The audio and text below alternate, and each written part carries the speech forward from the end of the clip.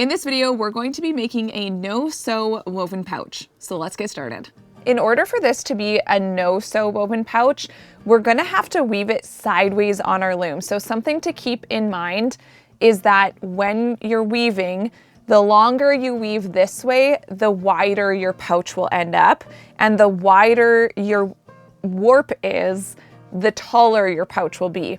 And when we make this pouch, it will be sort of a tri-fold, not necessarily in even thirds, but it will be folded once to create the pouch and then another time to create a flap for the pouch. You'll see this come together more as we go, but just keep that in mind because if you have a really small loom, you probably won't be able to make a pouch that actually has the flap to enclose it. It might just be an open pouch. So let's get started and you'll kind of see how this will come together. For my warp, I'm going to be using 8/8 cotton. This is the thickest warp string I typically use, and I'm using our large Spruce and Linen flat pack frame loom. You can find them at spruceandlinen.com, and I'll put a link in the description box below as well. But we're going to be doing a double warp. I'm gonna be aiming for my warp to be approximately 12 inches wide. I'm not super concerned about this being exact, but what I do wanna make sure is that in the end, I have an even group of 2 warp strings. And the reason for that is because I'm going to be using pick and pick. And so it's nice when your warp is symmetrical. And by symmetrical, I mean that there is a true like middle strings, so that on a row where you start going over the warp strings, you also end going over them. So just keep that in mind. We're going to be double warping the loom, which means there will be 2 strings in each of the notches. So I've just gone up, I'm gonna come back down, and then as I go back up, that's where we'll start doing 2 in the notches. So you can see that there. So now we have 2. It just starts out this way that there's only 1 there. So I'm gonna go ahead and continue double warping my loom. Now, as I'm making this loom, I'm thinking about the structure of my weave, which is going to be pick and pick. Pick and pick is a plain weave structure, or tabby, whatever you wanna call it. And the only difference between plain weave and pick and pick is that you're alternating colors back and forth to make it a little bit more interesting. So on a frame loom, I do try to keep my warp somewhat loose because we can't loosen it as we weave. And the more we weave into the warp, the tighter the warp will get because you're starting to actually add volume to it. So I'm making sure that I'm not pulling these strings super tight because I know that it will get tighter as I weave. I have a total of 98 warp strings on my loom, and I'm just gonna go ahead and tie this last one off over here. Now, again, you can make this a lot smaller. I've made a no-sew woven pouch on our smaller size flat pack frame loom as well. And I will just show you how big that is. So again, my warp right now is approximately 12 inches. It won't end at 12 inches, it'll shrink up a little bit, but you can definitely make one of these pouches that are folded into 3 different parts on one of these looms as well. So I've made a pouch on this size of loom as well, and it was about 8.5 inches wide, so about the full width of this loom, and that worked as well. So you can keep that in mind if you have a different size of loom. Now that my loom is warped, I'm gonna flip it over and add some painter's tape on the back just so that my loom isn't shifting around on me as I weave.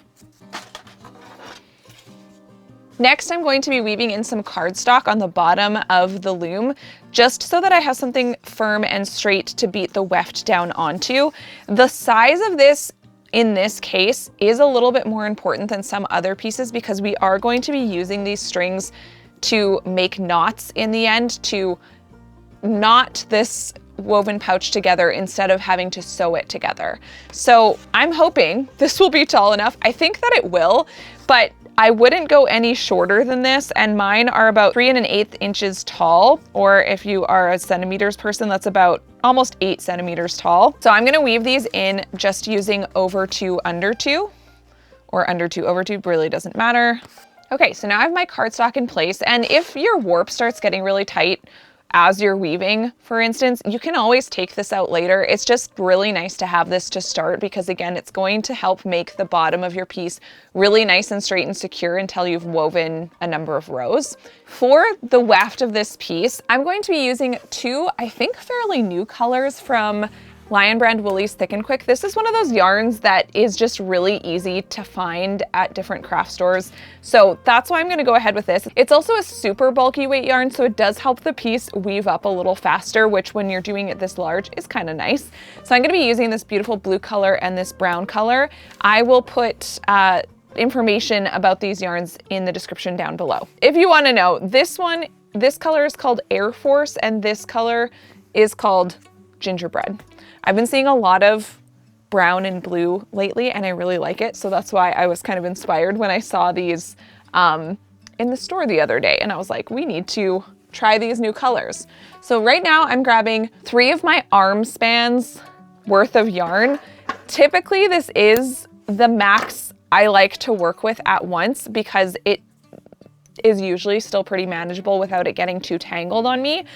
Now, of course it does mean we'll have ends to tuck in, but that's okay. So I'm gonna grab 3 arm spans of this as well. Oop. And I do have 2 tapestry needles for this project because I'm going to be constantly switching back and forth between the yarns.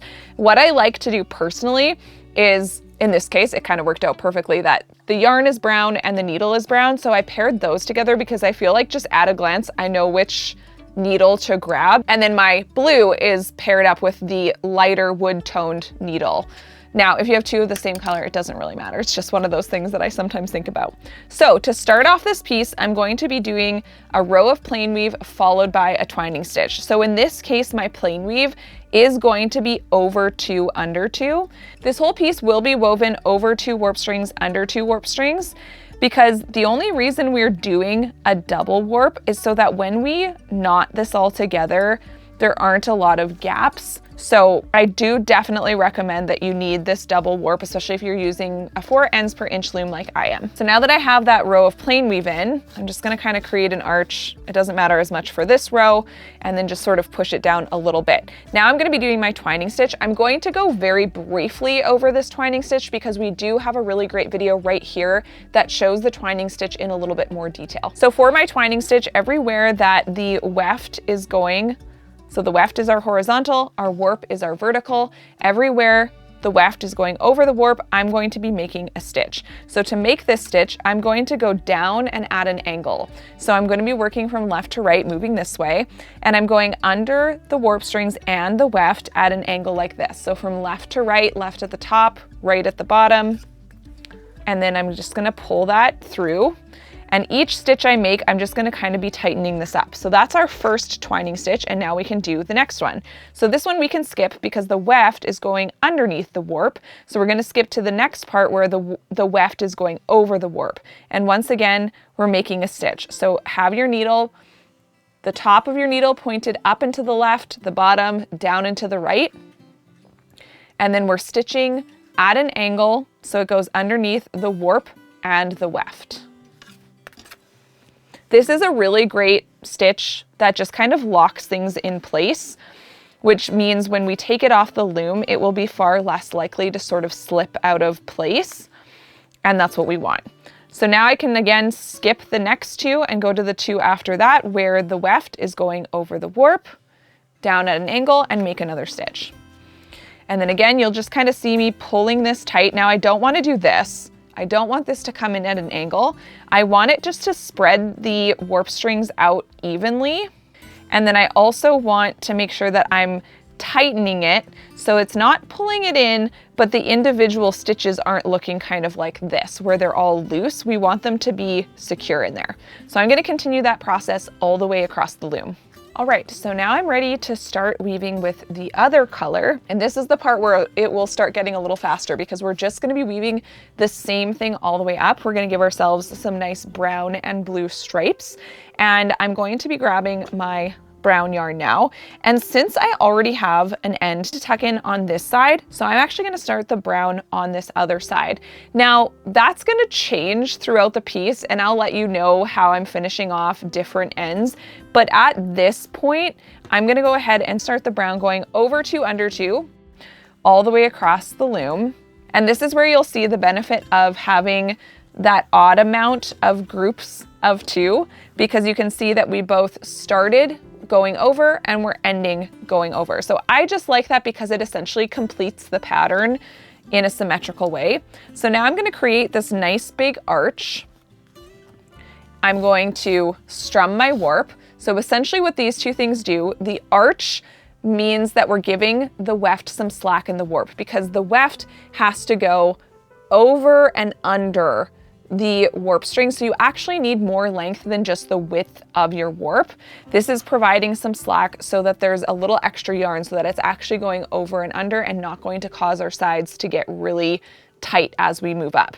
So now that I've done the arch, I strummed the warp, which helps even out that slack a little bit. Now I can use my weaving comb and I can push this down. So I'm kind of going across the loom and then I'm going to push that down pretty firmly. This piece is going to be woven quite tight so that we can see that nice pick and pick pattern. So now we're moving on to the blue yarn. And now what I need to make sure of is that I'm actually going to take the blue and I'm going to go over top of the brown. So what we need to do is kind of link these two around each other like so. And now I'm going to be going under 2 over 2. So the opposite of the previous row. So this blue yarn will sit in these spaces between where the brown is woven. So now you'll see we have this little kind of bump right here. That's very normal for pick and pick because we do have to loop the yarns around each other. Now we're going to create that arch again, strum the warp, and push down the weft. Now we're going back to the brown and once again going over 2, under 2.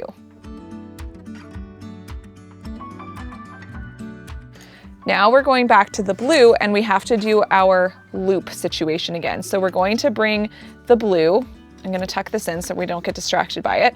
So now we're going to bring the blue over top of the brown so that it creates this little loop on the side. If we don't have that, what will happen, I'll just show you here, is that we wouldn't have our yarn going around the edge at all. So can you see how that would work? Because we need to go under these 2 warp strings. So if we do that without looping it around the brown, it won't finish off the edge at all. And this yarn will be way back in here. So instead, we're bringing the blue over top the brown. And now we can do our under 2 over 2 all the way across the loom.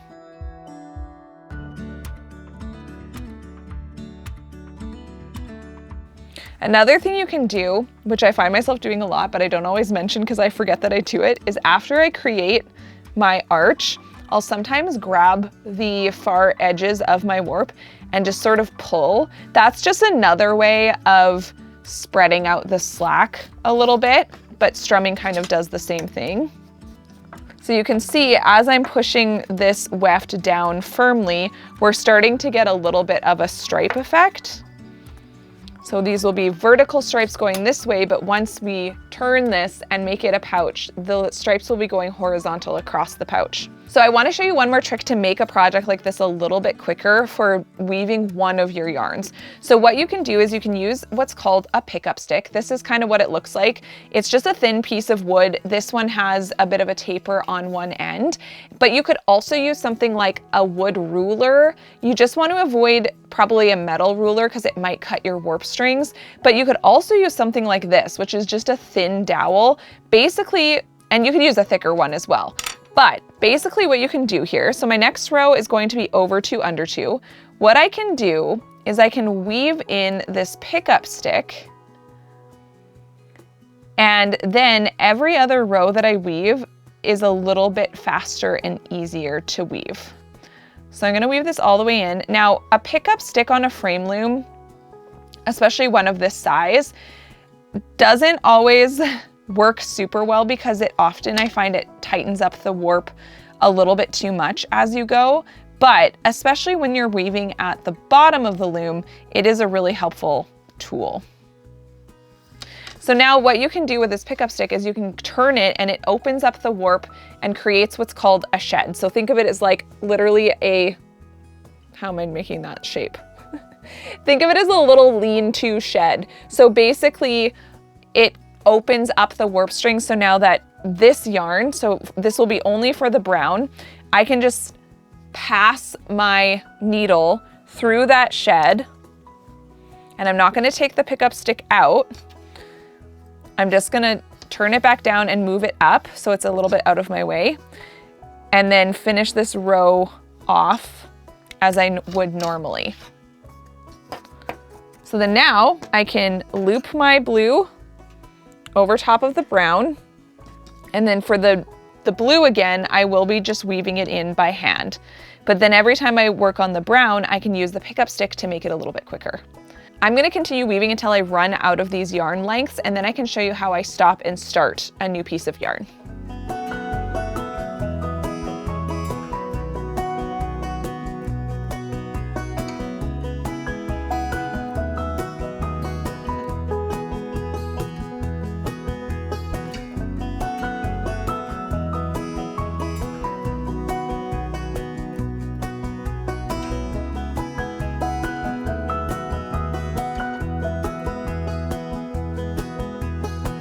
So I've ended my blue on this side. So now I need to go ahead and grab a new piece of the blue yarn. So just like before, I'm gonna do 3 arm spans worth of yarn and thread that through my tapestry needle.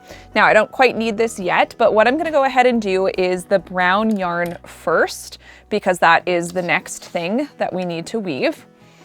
So I'll go ahead and weave that. And then what I'm gonna do is actually start the new blue on this side as well. The reason I'm doing this is so that we can loop the yarn ends over here so that they seem to kind of match up with the other ends. As you can see, when I finished the blue row, I finished on this side, and now I have the brown going next, and I need to start my new piece of blue yarn. So let me just get this in here, even just a few rows. So the reason why I want to start and stop on the same side is for this reason. So first of all, I need this end here for the new blue row so that I have something to wrap my brown around so that the edge looks the same as the others. But the secondary thing I'm going to do, because you can see that this yarn, so this is the other one that I ended on, is going under the 2 far warp strings on the edge here. So if I just tuck those back in, we're going to be left with a gap. And I don't like that, because in doing that, it's making for an obvious difference on the edge. All the other yarns are sitting way out here because we're looping them around each other. So what I will do, and I'll show you this more later when we're actually tucking in the ends, is that this brown is going to loop around the blue, and then this blue end can serve as a way for me to also wrap the other blue end around. And it might be the opposite way. We'll figure it out once we're tucking in the ends, but essentially it'll be something like this, so that you can see now we have a similar look here as we did here, versus if we just kind of went on our way weaving that and we tucked this in, and then we're left with a gap, or we're left with 2 brown in a row, which is also just an obvious difference. So that's why I'm doing it this way. More on that when I tuck in the ends. Another thing to note, as I'm weaving closer and closer to the top and the warp is getting tighter, there's a few things that we can do to help alleviate any weird things happening in the middle. So what typically happens is that your middle strings, they want to sort of start crowding in and getting sort of tighter and tighter there. You can see that these are better spread on the ends. So there's a couple of things I can do. The first one is I can remove my cardstock. So I'm gonna go ahead and do that. Now that I'm like more than halfway, I'm gonna go ahead and remove this cardstock.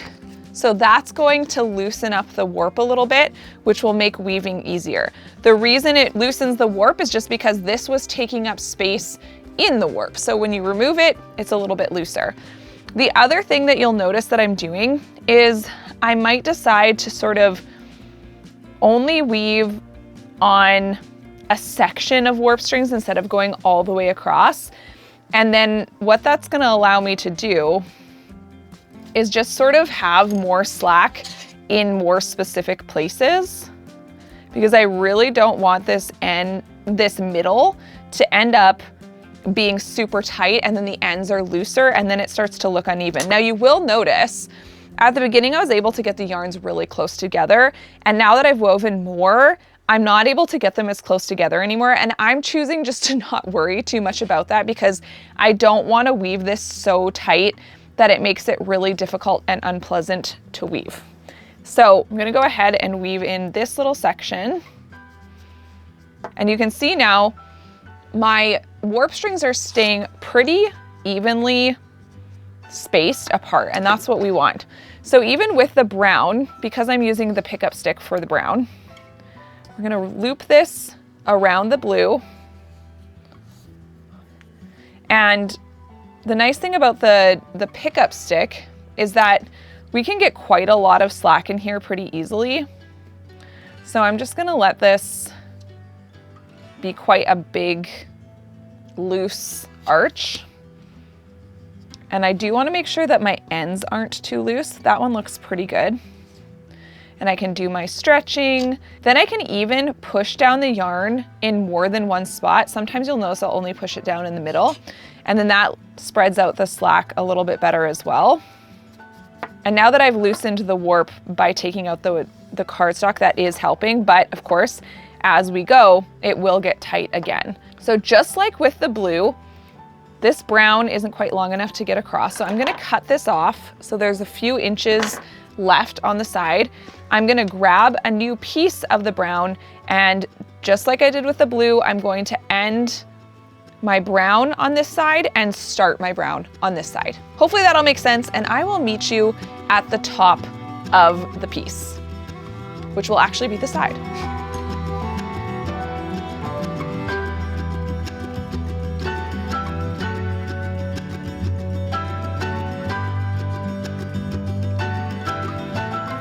Once I got to the top of my loom, I ended this the same way that I started it. But in this case, I ended with a row of the blue, just doing the over 2, under 2. And then I grabbed a new piece of the blue yarn and I did my twining stitch over top of that. Once the twining stitch is in place, you can go along with a measuring tape, measuring down from a point on your loom. I just did the very top of the notches, and just make sure that the twining stitch itself is sitting straight all the way across the loom. It doesn't have to be absolutely perfect, but we want this pretty straight because that's going to make the pouch just look neater and more finished. All right, we're ready to start tucking in the ends of our pouch. So I have quite a few ends here, but I'm only gonna show you tucking in a couple because then it'll just kind of repeat from there. Now, for your reference, if you're curious, my piece is about 11.5 inches. Let's go down to the bottom here. Yeah, it's about 11.5 inches wide and 10 inches long. Now, remembering that the 10 inches will actually be the width of my pouch, and the 11.5 inches will be the length. So we'll be folding that yet, so it will end up smaller, but we'll tuck in these ends and then I'll show you how to put this all together. The first thing I'm doing is just flipping over my loom because I want to tuck in all the ends to the back. And I'm going, now this is one of those pieces that's completely symmetrical, but even as I flip this over, I can see that I have some little yarns that are a little bit looser here on the back than they are on the front. So I would just rather have the front be the front where I was weaving and seeing everything, and then the back of the loom be the back of my pouch, or what will become the inside of the pouch. So I'm gonna grab this brown end, and I have a little yarn needle. It looks like this. You can usually grab these anywhere yarn is sold. It's just a shorter plastic needle, but it has a nice big eye so that you can still thread your yarn through it, even if it's thick. So for this one, I'm just gonna go into this channel of the brown. And since this is a pouch, I'm gonna go probably a few more loops than I would normally go, just so that we're making sure that there's no chance that it can slip out. Whereas with a woven wall hanging, I'd probably only go like 3 because it's not really gonna get handled very much. So I'm gonna pull this through. And what I'm doing here when I'm pulling this through, the end is here, I'm gonna hold onto this part so that just the end pulls through.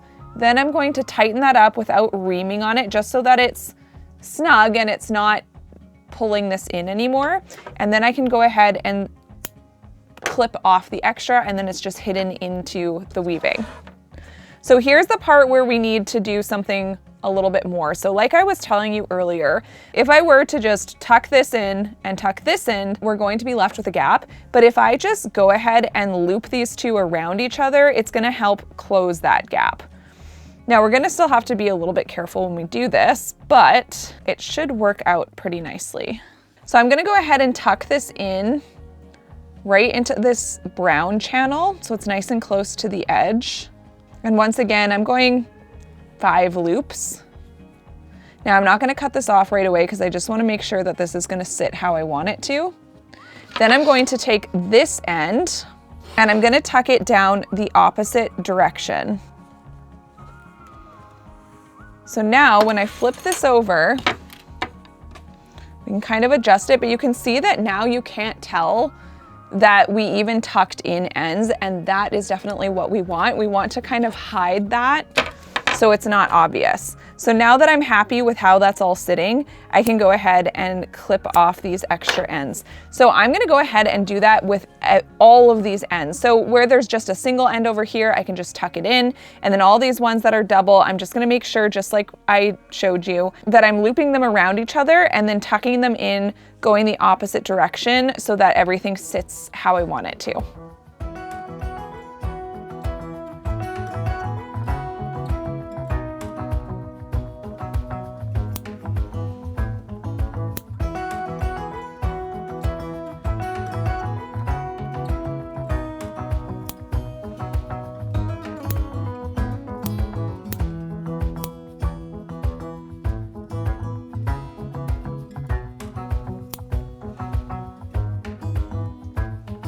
All right, so I have all the ends tucked in, so we're ready to take this piece off of the loom so that we can start assembling it. What I would like to do, especially since it feels like my warp is loose enough, I'm gonna try to slip this off the loom without actually cutting it. Although, because I have so much extra at this end, I could pretty easily cut it off.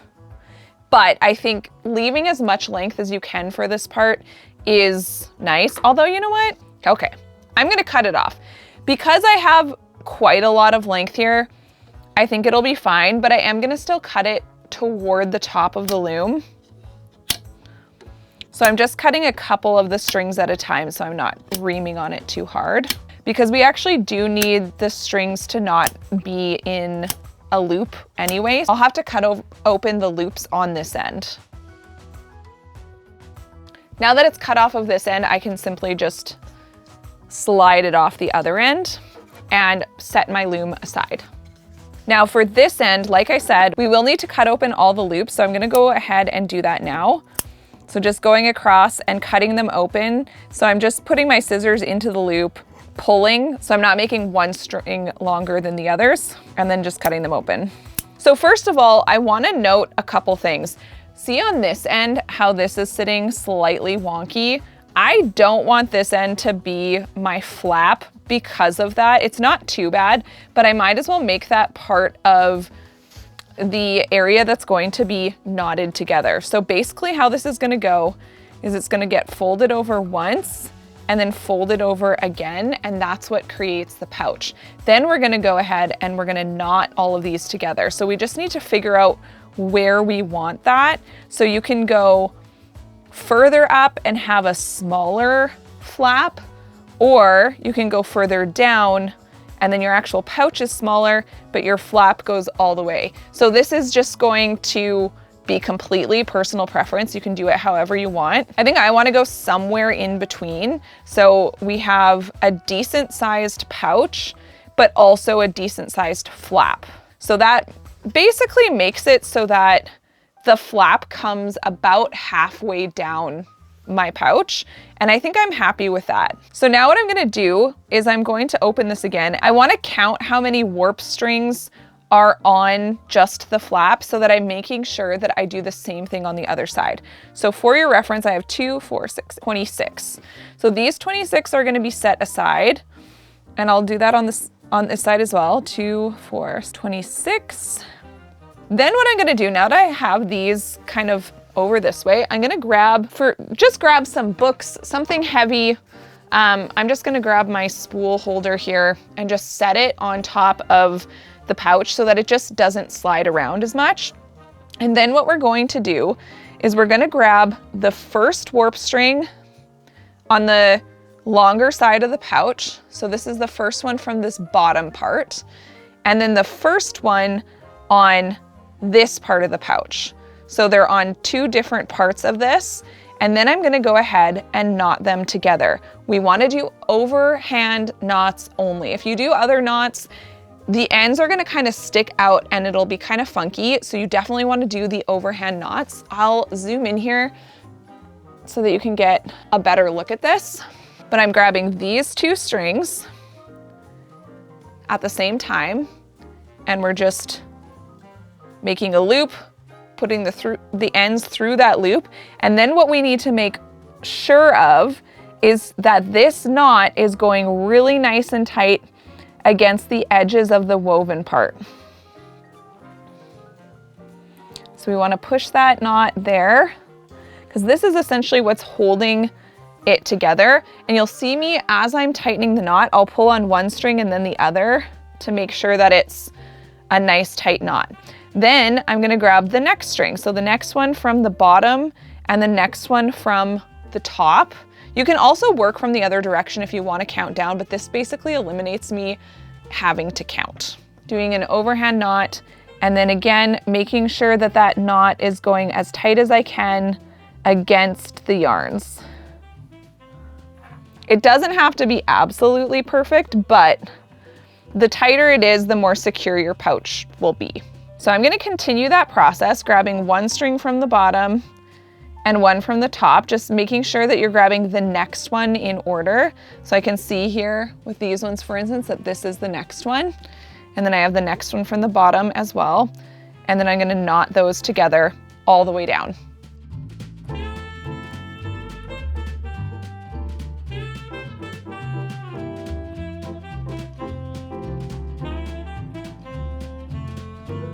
Okay, occasionally what happens, I start tightening the knot and it's kind of loose, and I don't want to leave it that way. So I'm literally just going to take it out and try again, because again, as you can see, these knots coming together, that's what's enclosing your pouch. So if these are really loose, you just risk having a gap. Now, if you don't care about having a gap, that's one thing, but I would definitely recommend just taking it out and trying again so that all these knots look a little bit more even, and then they're going to properly seal the inside of your pouch.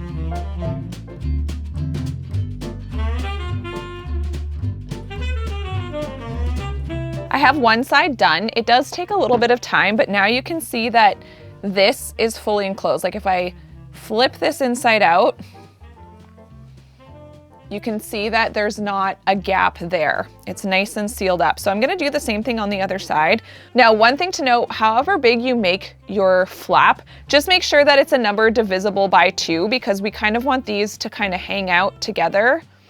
So that's where I did 2, 4 is 26. So I'm doing the same thing on the other side now.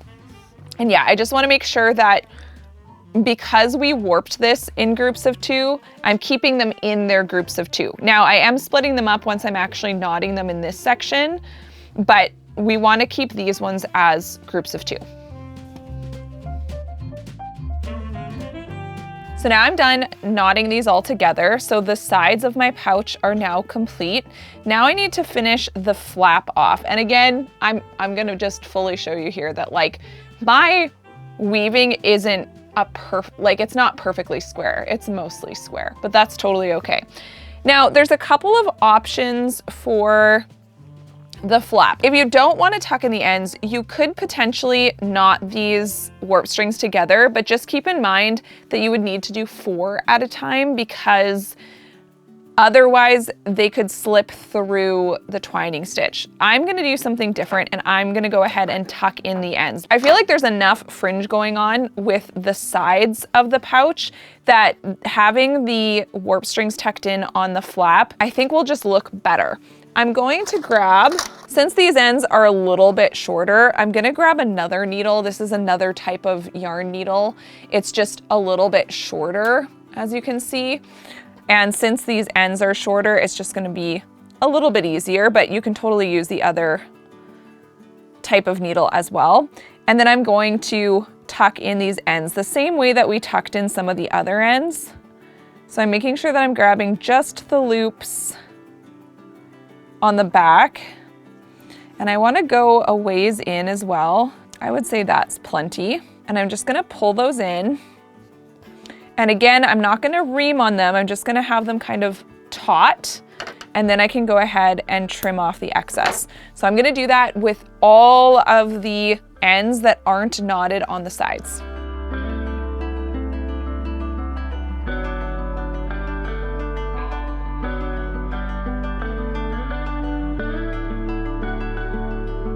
All right, so I have all the ends tucked in and trimmed off. So we're almost done our woven pouch. I want to take this one step further. So if you have an iron, you can do this as well. It will sit okay just on its own, as you can see here. But if we take an iron and press this a little bit, it's just gonna help your pouch sort of settle into place a little bit better. So I'm gonna grab my iron and then we will get started with that. So I'm warming up my iron to a medium temperature, and I'm going to be also ironing this dry just because I don't currently have water in my iron. But you want to be careful depending on the type of yarn that you use to create your pouch. You just want to be careful when you're ironing this. So this is an acrylic wool blend. So we do want to be careful that we're not melting anything. So I'm going to be just being careful with this. So here's the part where we can kind of make sure everything is going to sit nice and straight. You can pick one of the stripes here even to sort of bring your flap down onto. And then I'm literally going to be pressing this. I'm just going to lift it up and push down. And again, I don't want to go too long because I don't want to melt my yarn, although this might be a little on the warm side. So it's just going to help it settle into itself a little bit more. That might be a little bit too warm, honestly, but I'm not going to worry about it. So you can see, I don't know if you can tell, but it has physically flattened the yarn a little bit. And I feel like in the case of a pouch, that's kind of what we want. I'm going to spend some extra time on the actual folds. And I'll also flip it over and do the back side as well.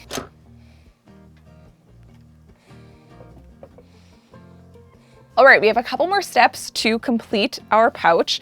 The next step is actually going to be adding a little button so that we have an enclosure for the pouch. For my woven pouch, I'm going to be using this toggle style button. You can see it's a long and narrow button. This particular one only has one hole, but most commonly they do come with two holes. So you could either choose to tie it onto your pouch like this or like this, depending on what look you want. Now, because I just have the one hole in this one, I'm going to be adding it like this, and I need to kind of pick where it should go. We'll find the center. So it's 9 3/4. I'm just gonna scooch this so it's more like 10. So it's going to be along this brown stripe, and I probably want it to come somewhere in there. Let's just measure that. So that's 5 inches. Okay, what if I do this side? Almost 5, almost 5. Okay, so it's hard to see, I know, because it's brown on brown. I'll zoom in for you here. This is where my little toggle button is going to come out of the flap. So it'll be kind of like this. So I'm just gonna kind of leave that there. And I know that I want it to be, basically have the hole lined up to about there. Now, the next thing I need to do is grab some sort of string to tie my button on with. What I can do is just cut off a little piece of string, and I can either decide to use the full thickness of this, or I could split it. See how this is made of multiple plies? I can easily use only one of those plies. But what I want to know is if this thickness will fit through, because honestly, if it does fit through, which it looks like it will, I will just use the full thickness because that's going to provide obviously the most strength. So that fits totally fine through there. Now I need to line it up underneath. I want the middle of my button kind of in line with where this hole is going to be. So about there. So I'm just gonna hold on to that, and I'm going to go ahead and stitch this in to the back. So I have one end stitched in. Then I'm going to take the other end and stitch that in. Now what you wanna do when you're stitching this in, so I have this stitched in right here. I need to make sure that it's going around some of these yarns. So I'm just gonna make sure it's over here. So see how we'll have both the blue and the brown, so that it has something when you tie it on the other end, it doesn't just pull through. Okay, and then let's double check that that's gonna be in the right spot. And that looks good there. So now I can take these two ends, make sure that's gonna sit straight. And it's gonna be a little awkward for me to show you the inside, but I'm just going to tie this in a knot. You can even do a triple knot if you're a little bit paranoid. I usually am. And then after that, you can either decide to cut off the excess and leave a little bit of a tail just so the knot doesn't come apart. Or you can go one step further since we're already this far, and you can tuck in the ends into a few of these weft yarns. And then after it's tucked in, I can trim off the end. And then now we have our button in place. That will be what keeps my pouch actually closed. In this case of it being so wide, I probably could have even done 2 toggle buttons, but I think it's easier just to do 1. And then the very last step is going to be trimming off some of this fringe. So I'm grabbing a piece of cardstock or just any piece of paper that will protect your table as we brush this out. And I'm gonna go ahead and just lay all of this fringe out flat, and then I'm gonna go ahead and cut this. Now, if you would prefer to have an actual line to cut, one idea that I have for you is to just use some tape. So maybe we'll just do that just so we can see how that works. So I can kind of line this up.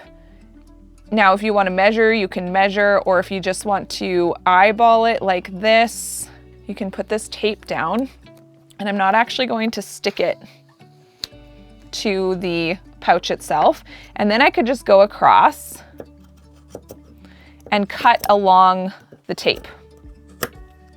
Now you might have to go back and straighten this out, but that looks pretty straight to me. So then I can do the same thing on the other end. I'll probably need to get a new piece of tape because this one might not be as sticky, but we'll try.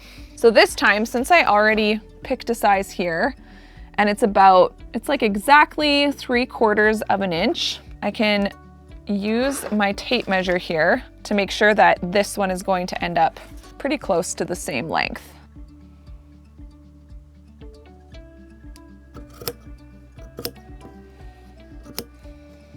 So now what we can do is we can take something like a rope brush. This is very similar to a cat brush, but obviously I don't use this one on my cats. I just use this for this purpose. I'm gonna use it to brush out these warp strings so that the little fringe on the edge is a little bit more floofy and less chunky, I guess is what I wanna say.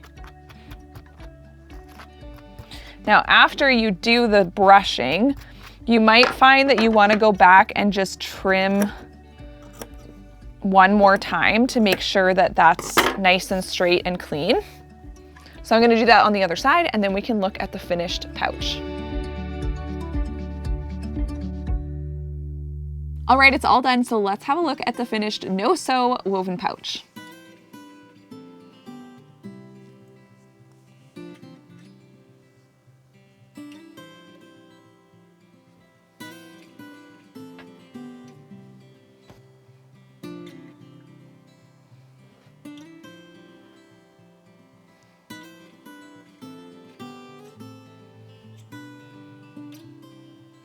Let me know in the comments below what you think about this little woven pouch. Don't forget to subscribe. And if you like this video, check out this one next.